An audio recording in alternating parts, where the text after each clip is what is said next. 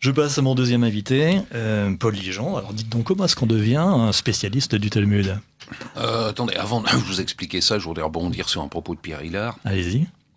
Les lois noachides, je les ai bien étudiées. Elles sont dans un traité spécial du Talmud. Et c'est très intéressant de faire le parallèle entre le décalogue et les lois noachides. Mais c'est pas notre sujet aujourd'hui. Oui. C'est bon. Une petite remarque aussi, certains auteurs, je pense à Douglas Reed ou Laurent Guyeno, pensent que cette volonté d'unification, ce mondialisme remonte à avant le Talmud, c'est-à-dire dès le Lévitique. C'est-à-dire dans la Bible elle-même, mais c'est qu'un détail. Voilà. Alors, comment s'intéresse au Talmud ? Écoutez, je vais vous le dire. En fait, c'est un ami juif qui m'a conseillé de le lire.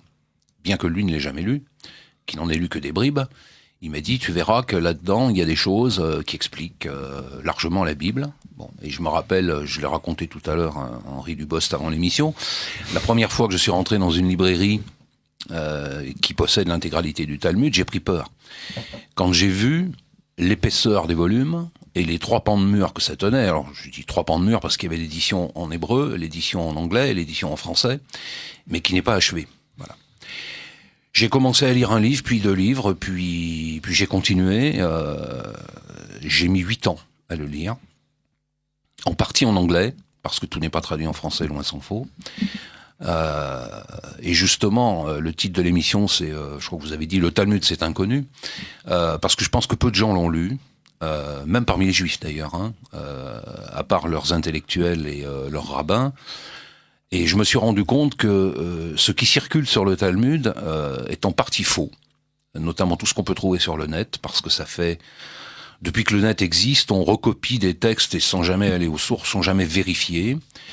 Cela étant, quand on lit vraiment le Talmud comme je l'ai fait, on trouve des choses encore pires. Il faut le savoir. Bien, alors, bien. Je pense qu'il faut le définir. Alors, effectivement, commençons par le début. Le Talmud, c'est quoi ? Alors, le Talmud, c'est, au sens strict, la codification de la loi juive. Voilà. Mais, codification au sens de compilation. Les nouveaux auteurs rajoutent des couches successives au Talmud. Il n'y a pas de remise en cause de la Mishnah de départ, hein, j'y reviendrai. Mishnah, définition Voilà. des mots, vous êtes d'accord ? On va y venir. Voilà.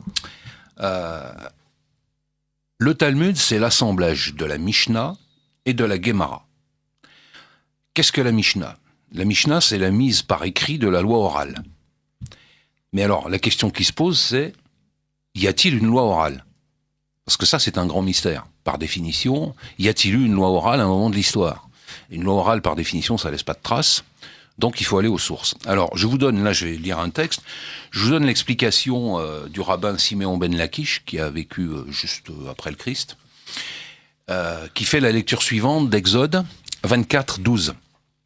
Il est écrit dans Exode 24, 12, « Le Seigneur dit à Moïse, monte vers moi sur la montagne, et je te donnerai des tables de pierre et la Torah et les commandements que j'ai inscrits afin de les instruire. » Selon les rabbins, dont Siméon ben Lakish, les tables de pierre sont les 10 commandements. La Torah, c'est le Pentateuque que l'on connaît, hein, les 5 premiers livres. Les commandements se réfèrent à la Mishnah. Que j'ai inscrit se réfère aux prophètes et aux hagiographes, et afin de les instruire à la Gemara. Et ça, c'est écrit au tout début du Talmud, dans le traité Berakot, qui est le premier traité du Talmud, au folio 5a, au tout début. Donc, Berakot, c'est les bénédictions. Donc là, le cadre est spécifié. En fait, il aurait existé une loi orale qui a été révélée au Sinaï, et les rabbins sont destinés à la mettre par écrit, dans la mesure où, faut quand même bien se situer, on se situe après la destruction du Second Temple. En 70. Alors, qui pour moi est le premier, mais ça ce sera une autre discussion, dans la mesure où on n'a pas de preuve de l'existence du premier. Bon, mais peu importe.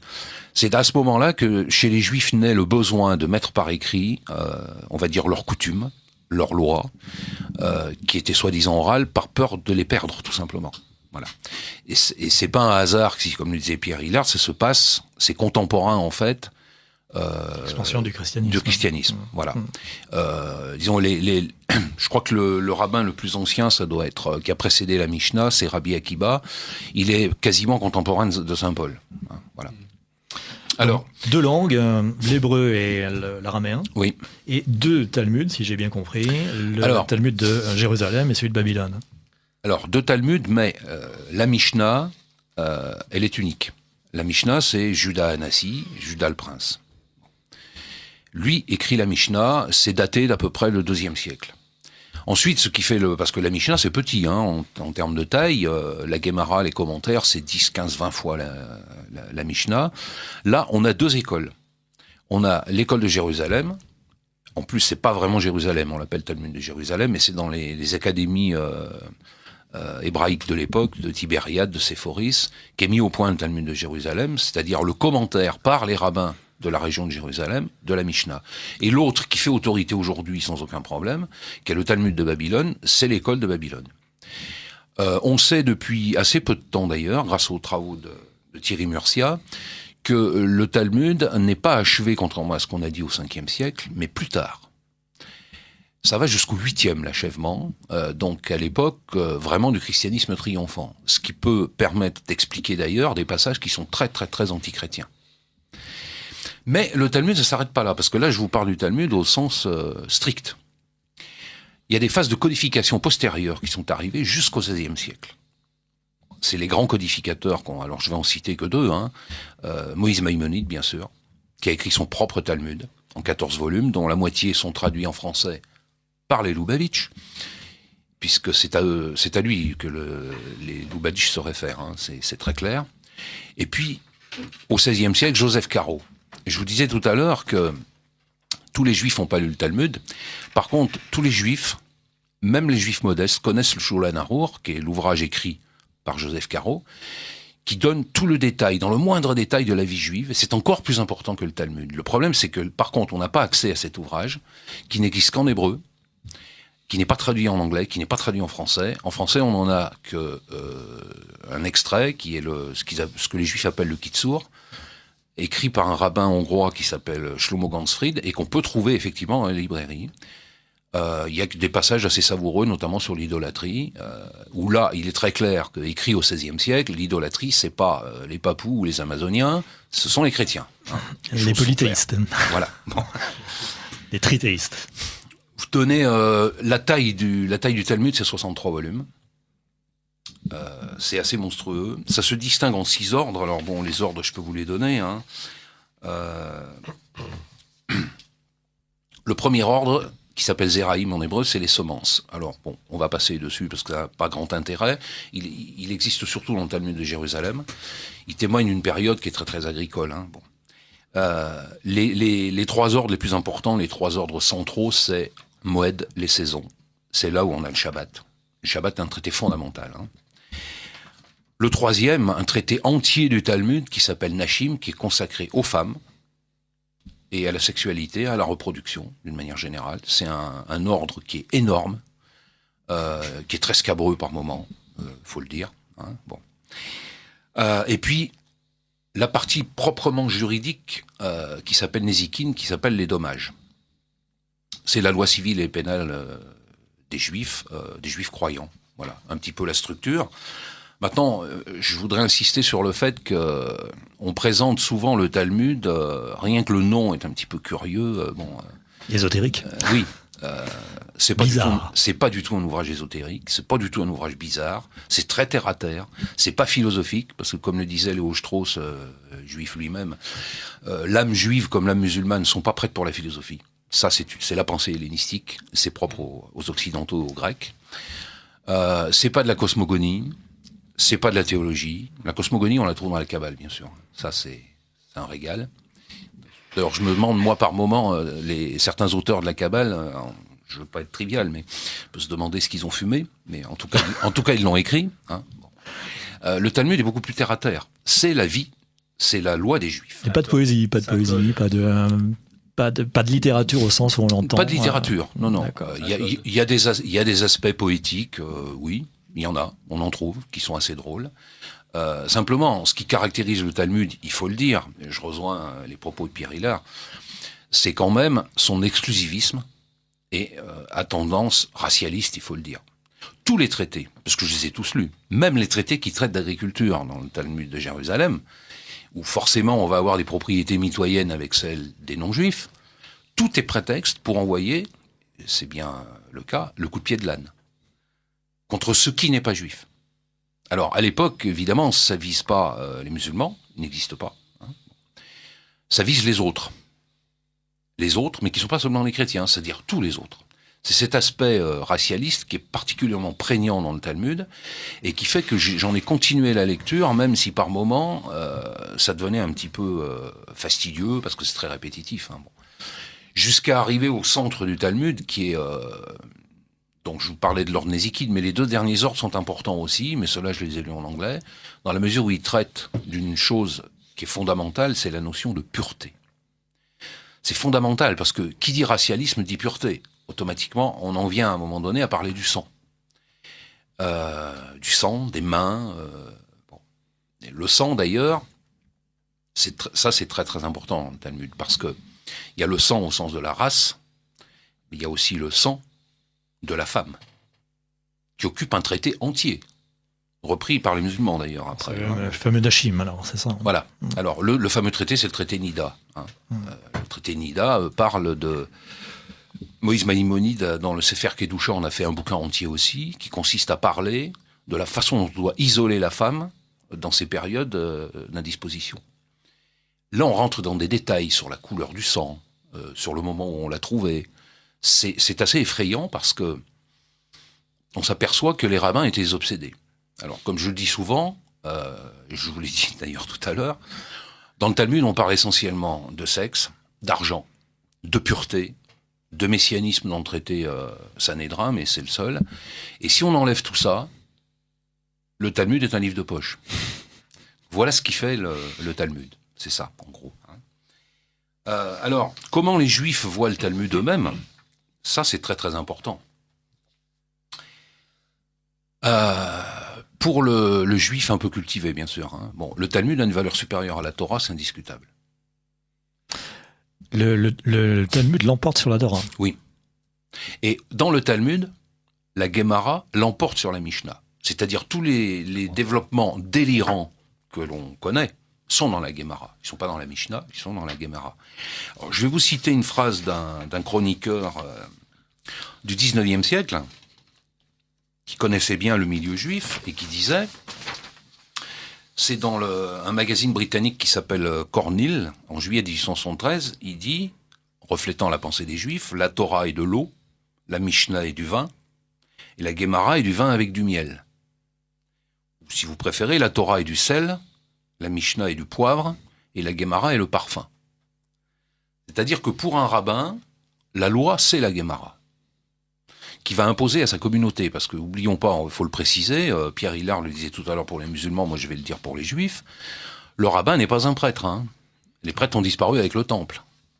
Le rabbin, c'est un chef de communauté. Mais dans toutes les yeshivas, dans toutes les écoles juives, on va lire le Talmud. Et certains le lisent intégralement, ceux qui vont vraiment à la yeshiva. Donc, toutes les horreurs qu'on peut y lire, ils vont les lire, ils vont les apprendre. Je ne sais pas si on va avoir un petit peu le temps de lire certains passages, parce que il y en a qui, allez-y, en étant peut-être savoureux. En étant raisonnable quand même. Alors, écoutez, juste un petit passage. Allez, alors, pour donner un petit aperçu à nos auditeurs. Du sel. Auditeurs, voilà, exactement, tout à fait. Et le poivre. Et le parfum après. Oui. Les épices. Donc, Paul Ligeant, nous vous écoutons. Sur le prêt à intérêt, c'est dans le traité Baba Metzia.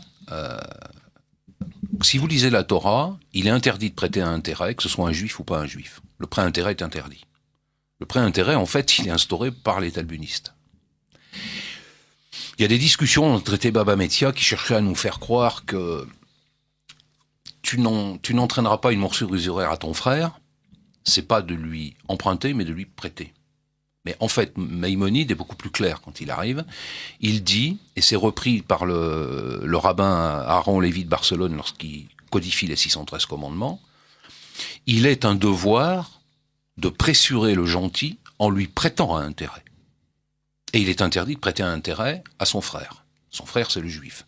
Alors, évidemment, ça, à l'ère moderne, on n'en est plus tout à fait là. Lorsque les juifs se prêtent de l'argent entre eux, ils se prêtent aussi à intérêt. Bon.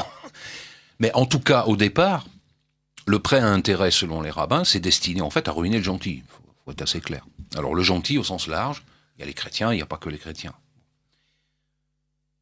Après, oui, ça c'est un sujet aussi qui a beaucoup agité les gens. On trouve des passages sur Internet. C'est sur la majorité sexuelle. C'est d'actualité. Alors ça, c'est dans le traité Kiddushin, qui est à mon sens un des 4 plus importants du Talmud. Faut savoir que la majorité sexuelle, pour les rabbins, c'est 3 ans pour une fille, 9 ans pour un garçon. Vous avez dit 3 ans, c'est bien ça? 3 ans. Tout le monde a entendu, je pense. 3 ans. 3 ans pour une fille, 9 ans pour un garçon. C'est 9 ans, je crois, pour la majorité sexuelle pour les filles en islam. Ça, je ne sais pas. C'est l'âge où le prophète a épousé Aïcha. Oui, mais ça, c'est dans le Coran. Ça dépend des pays musulmans, je pense. Il y a des pays où on célèbre effectivement les mariages avec des filles de 9 ans. Ça existe en Iran aussi. En Iran, oui. Je crois que c'est l'une des premières modifications de la loi iranienne que l'ayatollah Khomeini a mise en place après son accession, après la chute du Shah. Mais le plus intéressant, c'est pas seulement, parce que c'est choquant de voir que la majorité sexuelle est à 3 ans pour une fille, qui donc son père peut la marier à l'âge de 4 ans s'il le veut. Hein. Le plus drôle, entre guillemets, c'est que se passe-t-il lorsqu'une fille de moins de 3 ans est violée? Il n'y a pas de sanction. Il n'y a pas de sanction tout simplement parce que, par un mystère de la nature, la fille en question redevient vierge.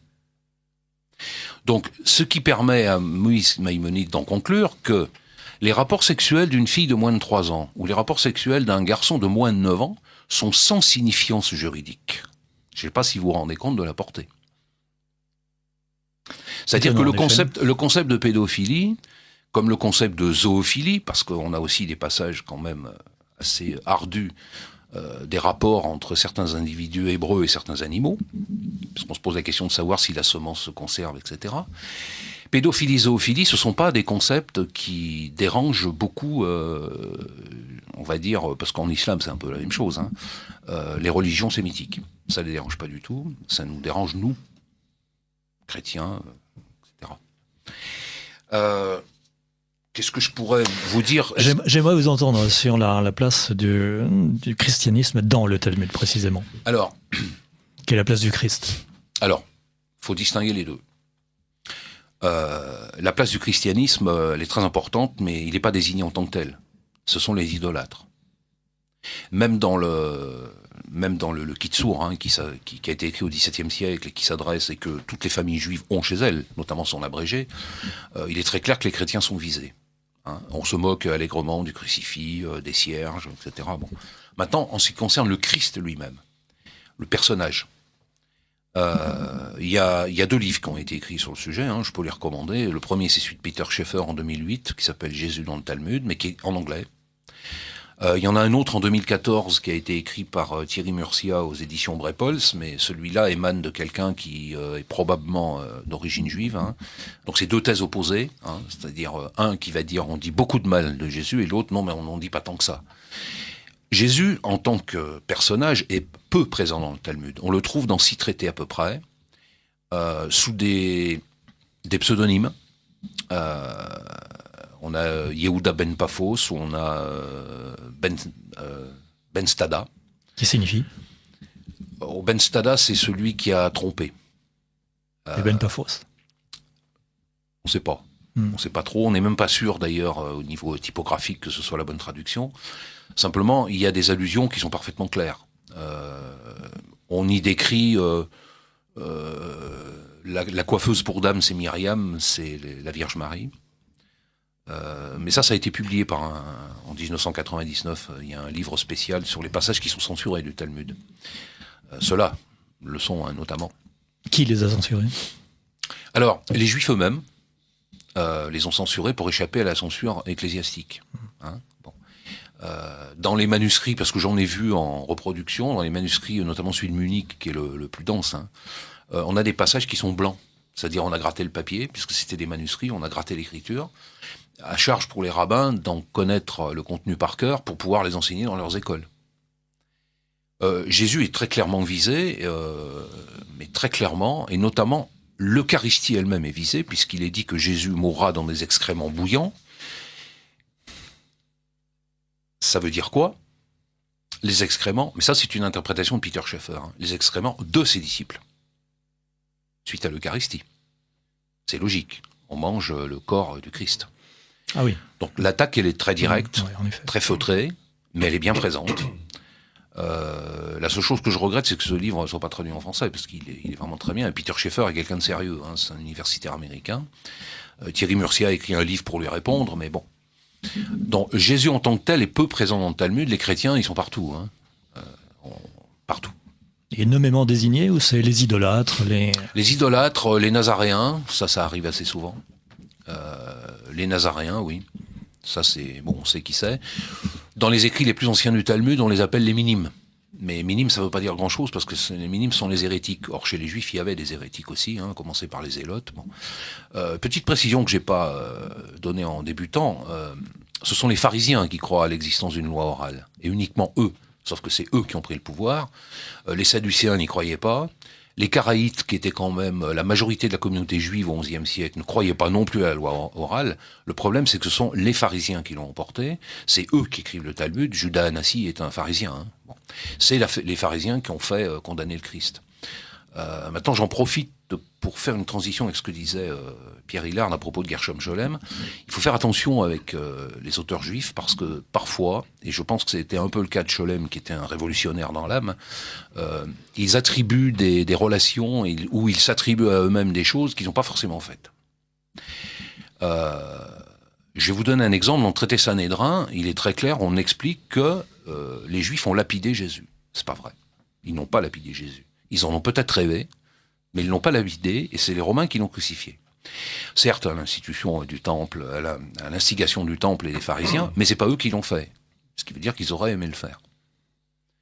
Il faut faire attention, et là-dessus, on parlait tout à l'heure, je ne sais plus si on en a parlé dans l'émission, mais quelqu'un comme Moshe Hidel est quelqu'un qui, justement, qui est venu après Gershom Scholem, remet un petit peu d'ordre dans la maison.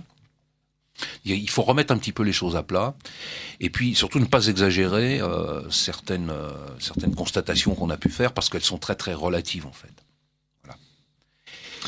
Vous serez d'accord pour que nous passions aux attaques contre le Talmud à partir du XIIIe siècle? Il y a eu un certain nombre de disputatio, c'est comme ça qu'on disait en latin.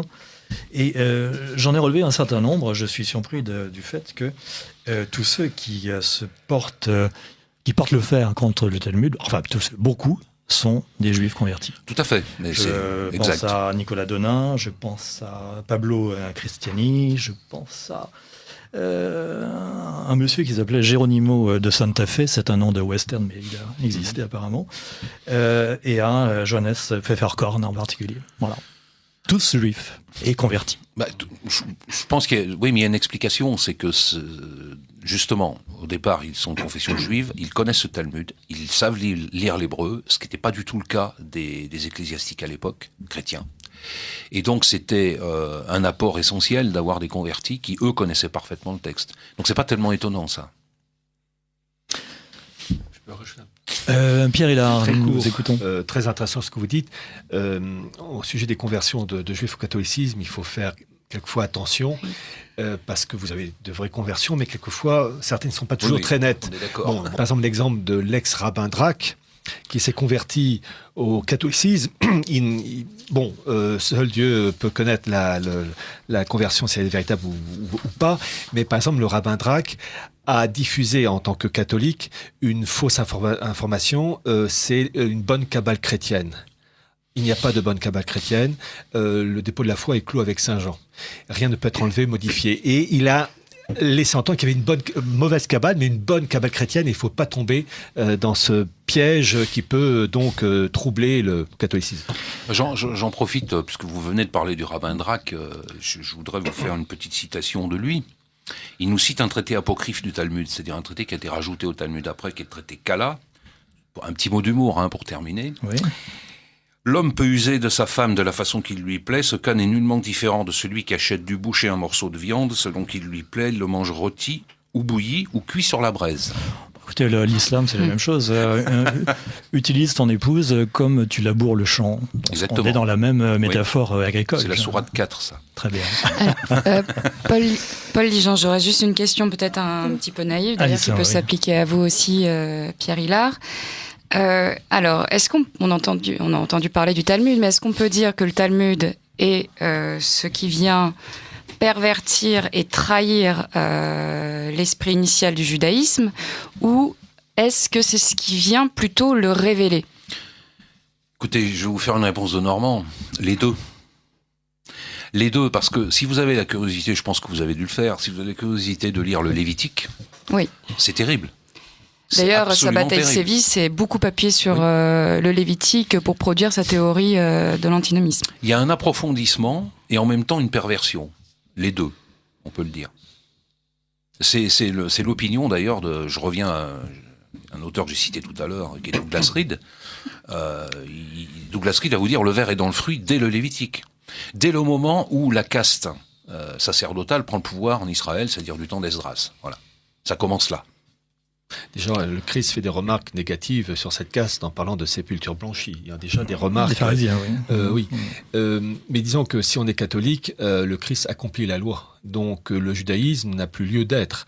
Et donc il y a eu ce nouveau judaïsme qui est apparu, en gros, à partir de l'encens, et qui s'est construit en opposition au catholicisme s'installant dans l'Empire romain, 313, Constantin, etc. Donc, on ne peut pas dire judéo-chrétien, c'est impossible, quand on est catholique. Ça, je suis d'accord. Impossible. Pierre Ligeant, judéo-chrétien, ça n'a pas de sens. Oui, Pierre Ligeant, nous allons être obligés de clore notre entretien. Merci d'avoir accepté mon invitation au micro de Radio Courtois.